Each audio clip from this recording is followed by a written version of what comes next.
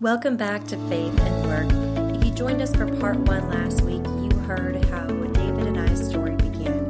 The unexpected moments, the personalities, and the ways that God crossed our paths long before we understood what he was doing. Today is where that story really all comes together. This episode is the rest of the How We Met story, the conversations, the clarity, and the steps that turned 2 separate lives into one shared direction.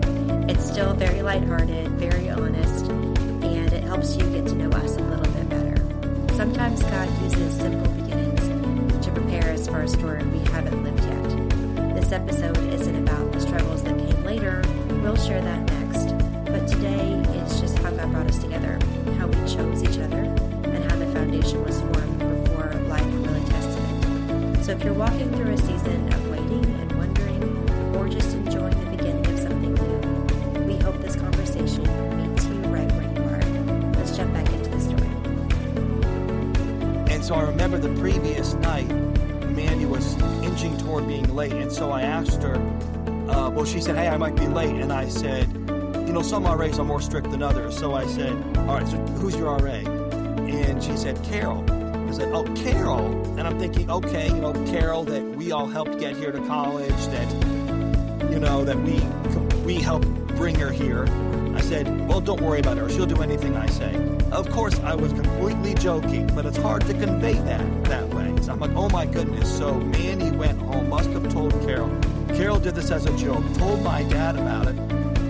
My dad said, yeah, Dad gave me the impression that Carole was angry that I challenged her authority. So it happened to be church the next night. Well, for the first time in over a year, I wasn't angry. I was actually joking. So his dad wasn't too far off. I had been mad, but this time I actually thought it was funny, and I was just playing a prank.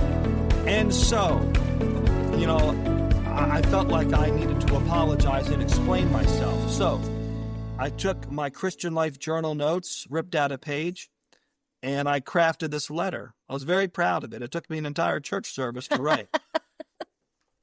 All right, look, 12/9/09. Aww. It's dated.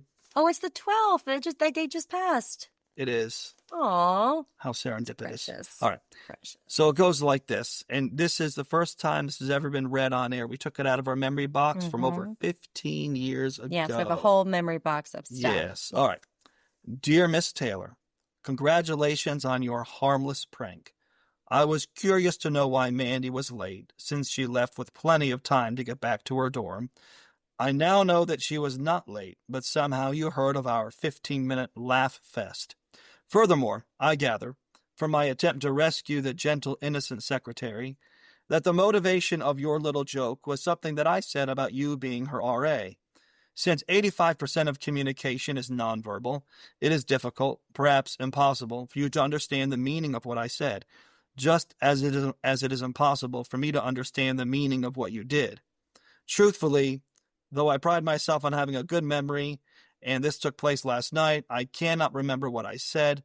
I do remember spending 15 minutes poking fun at everything with 3 dear friends, poking fun at myself, my family, my college, my office, and of course my friends. I did not intend and would not intend to ever undermine your authority as an RA. I realize that I have zero authority. I do have a small measure of influence gained over 13 semesters of dedication to the Lord and Crown College. I assume you know the story, if not ask Mandy, of your unique connection to the admissions office. The girls still tease me about it. I do recall telling Mandy in so many words, oops, I didn't see this on the back. So on the back of the journal is like a little children's drawing, or like you were testing How an dare you? ink pen or something. How dare you? That is modern art if I've ever seen it. No, it just looks so like I wrote, you tested oops, a I pen. didn't see this on the back. And so I put in so many words and in jest that I would be her advocate were she to get in trouble if she were a moment late. If I was out of line, I apologize. Put all things about the dorm out of your mind and have a Merry Christmas. Smiley face in Christ, David Evans, Mark 12:30. So this was delivered via the hand of a mutual friend. And after church, she said, I was walking by her dorm and she was like, hey, I've got something for you. So she went inside and I followed her in and she said, this is a letter from David Evans. And I was like, what? And I was like, oh, I played a prank on him today. I wonder if he realized it. So I really didn't know if he had seen it, if Mandy had told him yet. I hadn't seen Mandy. Everyone was just busy all the time with classes and work and everything else. So I didn't know if he'd seen it.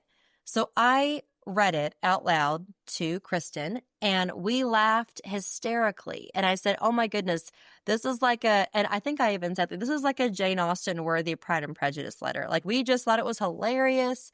So I immediately... They are so mean. I just They're thought just it was all funny. mean.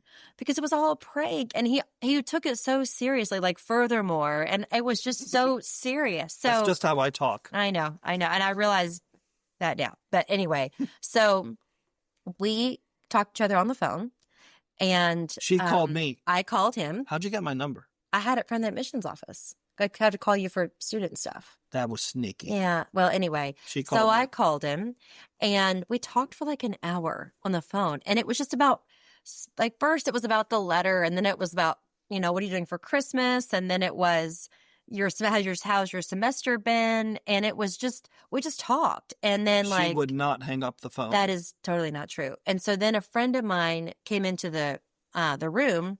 As an RA, I had a private room, which was the best benefit of being an RA by far. So a friend of mine came in the room, and she was like, who is that? And I said, it's David Evans. And she was like, oh. She was like kind of flipping out. It was Carrie. And I was like, what? And so anyway, I was like, I can't believe I'm talking to this guy. And I kept saying, like, okay, I gotta go. And I hung up the phone, and I was like, man, to be someone that I don't like, he's actually kind of nice. Like, I can't believe I talked to him for an hour, and it just felt like we weren't coming up with things to talk about. We weren't trying to keep the conversation alive. It just naturally flowed for an hour. And yes, her words dropped as a honeycomb. I couldn't believe it. And so I thought, well, that was interesting. I brought the conversation to a close because I started to feel really awkward because I was pretty sure that she was talking with someone at the time. By the college rules, dating. Yeah. Like, this is getting a little awkward And we because weren't she's dating. talking to me for so long. Well, it looked like you were. We weren't dating. So I went to my dad and I asked, and I said, yeah, I've talked to Carole. We talked for a while. And Dad said, oh, you blew it, man. You blew it. That ship has sailed. She's already got a boyfriend. You missed your chance. Have a boyfriend. No, he said that. I know, but your dad is dramatic. So I didn't talk to her over Christmas break, and I thought, you know what? I wasn't sure how serious it was, but I knew I would know in church if they were sitting together after break, that would be it. So sure enough, we go to church. And after break is over. So after break is over. A month. Right. Yeah. After a month. We never talked. Mm-mm. And I remember I was trying to get eye contact with her. I didn't know where she was. She wasn't in the choir that morning. She's usually in the choir. And so I remember walking out of church, and of course the couples all linger till the lights go off. And sure enough, I'm walking out. It's been about 5 to 10 minutes after the service. And I see the both of them sitting there close talking. I didn't know what they were talking about, but I remember looking at them and I thought, well, they're together. They're dating. Forget about it. It's over. So I was not dating somebody else. There was a brother of a friend of mine. But you can understand how it would appear that way, right? Yeah, I can understand how it might appear that way. So there was a brother of a friend, really nice guy. And we sat together in church. I think we went out to eat one time, but we were not officially dating. I was not his girlfriend. He was not my boyfriend. It was nothing like that. Super nice guy. So over Christmas, I think we talked. I think I texted him or he texted me on New Year's.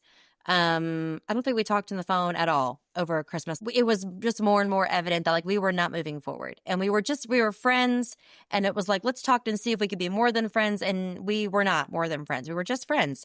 And so after church, I was like, hey, we're friends. Let's just remain friends. And he was like, 100% agree. I'm on the same page. Now, that was it. That was that same conversation. That was the right? same conversation. So the conversation that I witnessed was their breakup conversation with someone she wasn't dating. No. So if that's clear. Yeah. What happened after that? So after that, that was in early January. And right around that time is when conversations started for Valentine banquet stuff. So the Dean of Women was, if you heard in season 1, if you heard me talk about mentors, the Dean of Women was Miss Gordon, who was a dear, dear, sweet friend. And she was the Dean of Women. And she came to me and she said, hey, I think someone is going to ask you to the Valentine banquet. And I was like, no. And I thought it was going to be like a freshman who just needed a date and wanted to go. And I said, Miss Gordon, at this point, I just turned 24. And I said, Miss Gordon, I don't want to go with a freshman. So I was 24 and I thought, I do not want to go with a freshman. Like, I don't want to. And a lot of RAs would just go because people in their dorm went. So I didn't want to go. And she said, I think you're going to want to go. And I just didn't want to. And she said, just go ahead and plan it. Didn't you find out it was me? And she said, no, I don't think I did. I think she hinted at it, but I didn't know for sure. Okay, this started because I had been to the Valentine banquet, 5 as times. you know, 5 times, and I missed the 6th time. I just said, I'm not going again. I've done my time. The next girl I go with, I'm actually going to have an interest in. And I kind of made that public because even the previous year, we were coming home on a van. Yeah. And they were all trying to hook me up with Carole. Yeah. My dad was driving the no. van. I was in the passenger seat. And I said as loud as I could, I'm not going this year. Yeah, which was totally rude because everyone was like, Carole, are you going to go? And David was the only other single person in the van. And then he was so rude about it. He was like, no, I'm not going unless I really like somebody. If we had gone too early, So Carole, awkward. this whole thing could have been ruined. I know, but it was really rude the way you said it. God works things out. Anyway. Well, I had to calm everybody down. Anyway. He's like 5th grade. Everyone match up. Everyone has a boyfriend. Anyway. All right, anyway. Yeah. So moving on, Miss Gordon comes in and she wants me to take a different girl to the banquet. And I said, Miss Gordon, I'm really I don't want to take another girl just to a social occasion. And I said, it needs to be a girl that I have some interest that there might possibly be a future in. And she said, well, who? And of course I'm thinking about Carole. Because I found out that they weren't together anymore. And in between this time, you and all the RAs came over to my parents' house. And that's when I really noticed Carole in a different way. And it wasn't romantic. It wasn't just the looks. It was just her demeanor, her attitude. She was the first one to get up and help clean up after the dinner was done. And just the way she interacted with everyone, I was just very impressed. And I told my parents about it. I'm like, you know what? I think, she's a really special girl. And I'd never done this in my life, but I had no social media. My mom had Facebook, and I looked her up on Facebook back when Facebook was at its peak. And I just wanted to see more about her life. And so I remember that, and I'm like, I'm kind of interested, but I've never pushed things forward. I've tried never to push things forward. And so I said, I had 3 girls that I just like, well, I'm not really interested in the other 2, but I wanted to see Miss Gordon's reaction. Like, well, I can't list Carole first and I can't list her last. So I put Carole in the middle. So I said 3 names and Carole was in the middle. And she immediately zeroed in and said, oh, I think you should ask Carole. So then she tells my father that I'm going to ask Carole, which I never said. And so my dad came up to me and said, you need to ask Carole. Miss Gordon told her you're going to ask her. And I got furious. And I said, Dad, I never said that. And I was this close to not asking her just to spite these matchmakers who were trying to push things that I was not ready for. So I end up, I just have to bite the bullet. Right. So she's walking through the Great Hall. I draw near to her. And, draw near to me? I do. It's a biblical phrase, my Carole. word. Calm down. I drew near and I mustered up the courage. And of course, you want to say this flowery speech, but sometimes, you trip things up. So I just said, Carole, would you like to go to the Valentine banquet with me? And what did you say, Carole? I said, am I number 6 or number 7? Oh, okay. That's going to die. I'm a teacher. My kids are doing this all the time. And I predict that the movement will die over Christmas because once all the uncool kids are doing it and the 5-year-olds are doing it, it is no longer cool. So it's already dying. But it is funny that she said 15 years ago, am I number 6 or number 7? Yeah. So I have to be a juvenile for just a moment. But the funny thing is our son Eli is 6 and he finds ways to ask you questions that will end in 6, 7. So 6, 7 is a big deal for him. And we did not realize it until we were just talking about our story. And we realized that I said, am I number 6 or number 7, which is kind of funny. So once again, Carole, it was destiny. I know. All right. So moving on. So she just decided to insult me at the first time I was ever vulnerable with her. I thought it was going to be again. I thought he would laugh. But you didn't. We had a You lot didn't to laugh. learn about each other's humor. Anyways.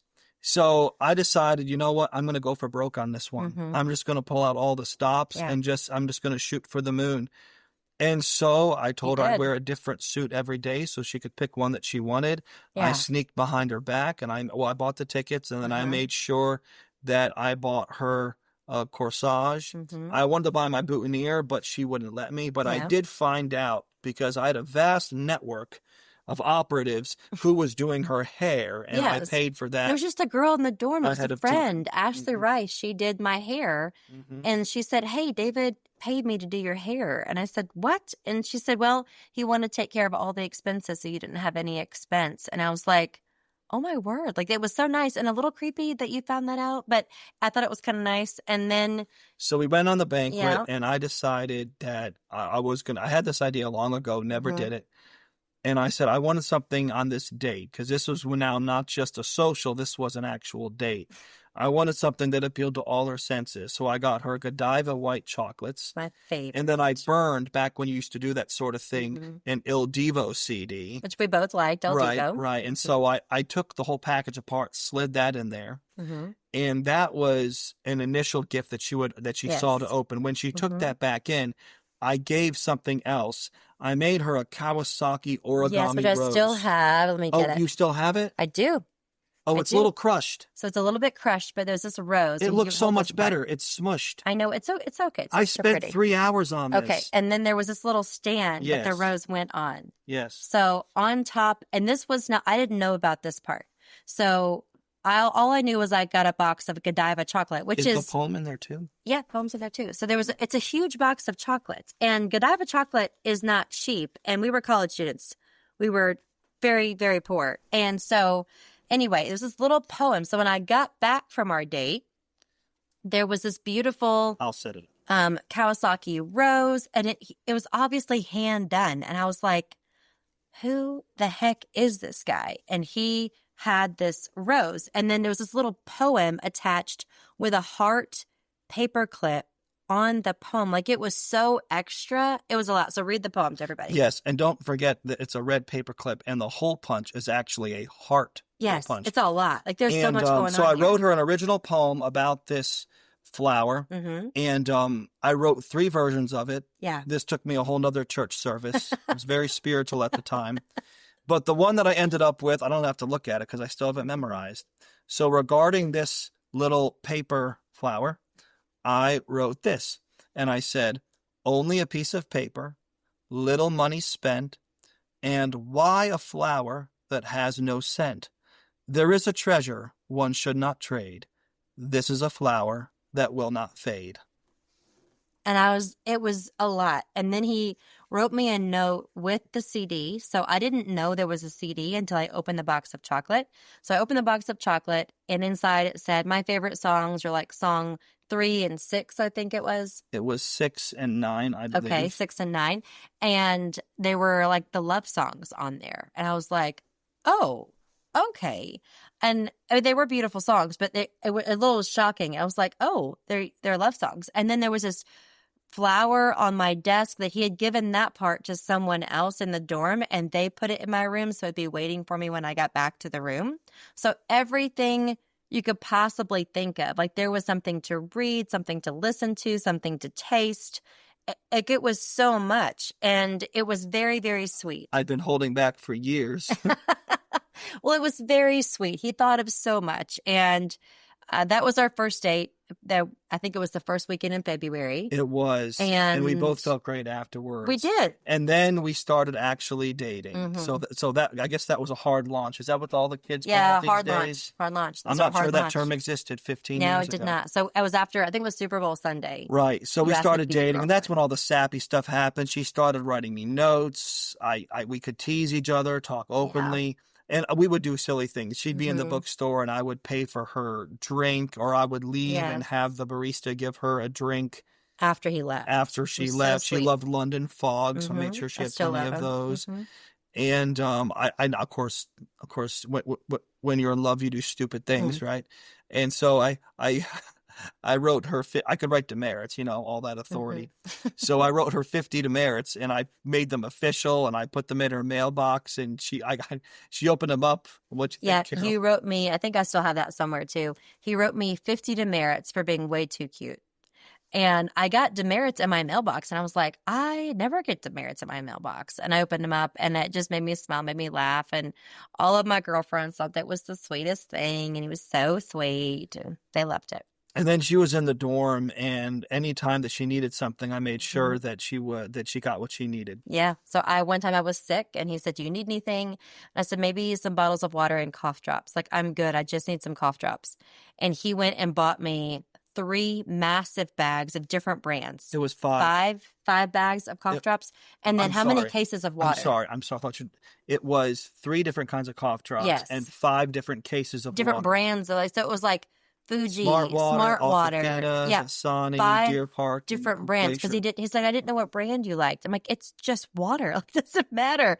And it was so sweet and so kind. He did that with several other things. He would say, what do you need from the store? And I'll pick it up for you and drop it off. And he always went like just above and beyond. He always did this extra stuff. And it was so very kind. He was always a very kind person. David, I learned later that in dating him, there was so many things about his personality that I really underestimated. And because he does have a really big personality, sometimes he can be really, really goofy and he could be really, really embarrassing. We used to be eating in the lunch hall and I would pull her chair next to mine. It was so embarrassing. So we would be sitting like in these metal chairs and I would be like a foot or 2 away from him, like around the table, sitting at a round table, and he would pull it like really close. He's like, why don't you come a little closer? And I would get like, I just wanted to know that I wanted to be close to her. I thought it was romantic. I was mortified, embarrassed. So I had a lot to learn, first time being in love. But I never used those super high power charged 3-letter words. Yeah. Because I knew I couldn't handle saying it to more than one person. I'd been saving that for my whole life. I began praying for my wife when I was 12. I knew I was saved and I knew that I didn't trust my own judgment to make that decision on my own. I remember reading the story about Adam and how he fell asleep and God brought the woman unto the man. And I just prayed since I was 12, Lord, you just have to bring her my way, whatever you want. I didn't know God would take so long, but I got to tell the world that the right one is worth the wait. Definitely worth the wait. And so I felt that way, but I wasn't ready to say it because I had a brilliant plan. I said, well, she'll come back from the summer trip. I'll tell her I love her, and we'll get engaged over Christmas, and we'll have a nice spring wedding. But now Carole's impulsiveness and anyway, changed the timeline. So I asked her, I said, do you love me? And what did you say, Carole? I said, I don't want to say it first because I didn't want to be like super oversharing, but I did love him with as much love as I could have. Thinking about how the love that I had for him then and the love I have for him now is totally different. But at the time, I loved you as much as I could have loved you. And going away and traveling over Europe for the summer, I didn't want to have those feelings and not tell you about those feelings. And so I wasn't trying to pressure him. There would have been many awkward phone conversations. I also didn't know about. Hope to see you. I also didn't know his timeline he had in his head. I didn't know he was planning on saying anything at the end of the summer. I didn't know he was planning on a Christmas engagement. I didn't know any of that. I just knew how I felt, but I did not want to be the only one that was like, I think I'm in love with you, and then be the only one that says it. So I took her to another room. And I got on one knee and no, I'm just kidding. I was like, you did not. I went to the other room. I grabbed my Bible and I read her 1 Corinthians 13, all about love. And then I told her that I loved her. And then she said she was so in love with me. I did.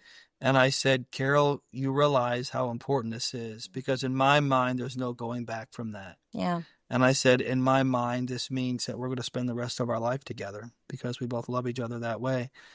And so as soon as she got back from her summer trip, I took her up to the place where my father grew up off Lake Skaneateles. It's one of Carole's favorite places. Yeah, There's I these love it. beautiful war gardens there and a beautiful lake. And so we had a lovely engagement dinner. She wasn't supposed to know, but when my mother comes out and says, "Oh, you look so beautiful." Beautiful. And she I was know, I'm like, crying, and I was yeah. like, I'm pretty sure this Good is work, this is Mom. it. And so after that we go and I get on one knee and once again I compose this beautiful speech, but instead I thought I'd keep it simple and just tell her that I loved her. I asked her to marry me, and she said yes. And there happened to be a tour boat, the Judge Ben Wiles, the Yes. famous Judge Ben Wiles of Skaneateles.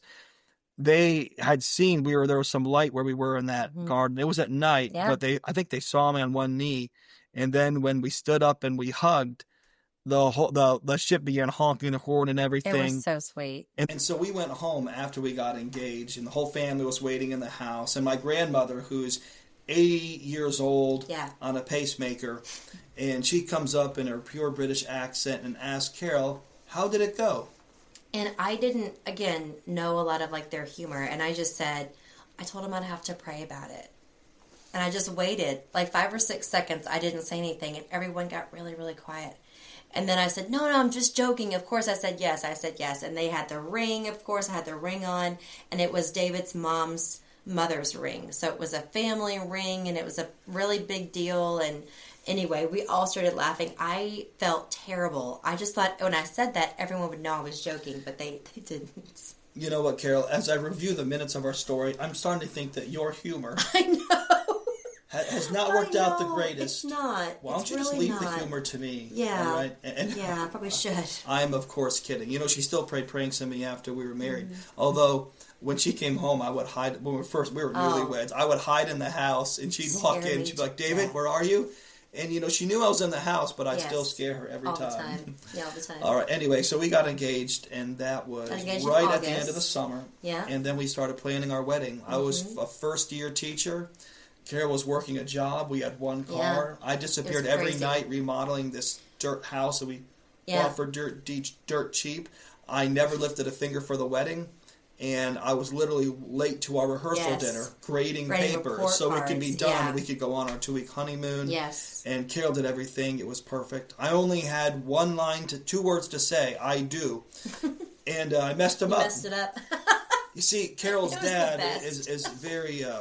he's a wonderful person, and he was giving the vows, but he must, I don't know if he was emotional, but he was talking very slow. And it was very slow and purposeful. So he starts going, and then he says, "We are here to see, David, if you will take this woman to be your wife."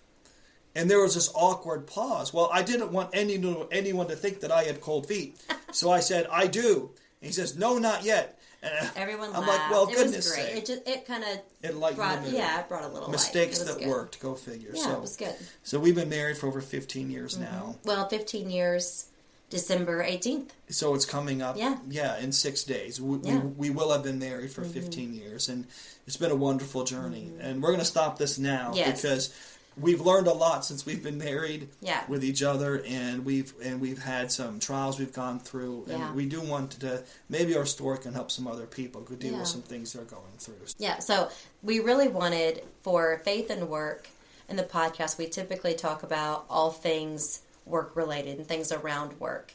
And sometimes our marriages can be impacted by our jobs, and sometimes our jobs by our marriages. And so for both of us, we both started working. You were already working, and then I was working but changed jobs just a few months after we got married. And so later on, the newlywed stage, of course, was wonderful. It was great.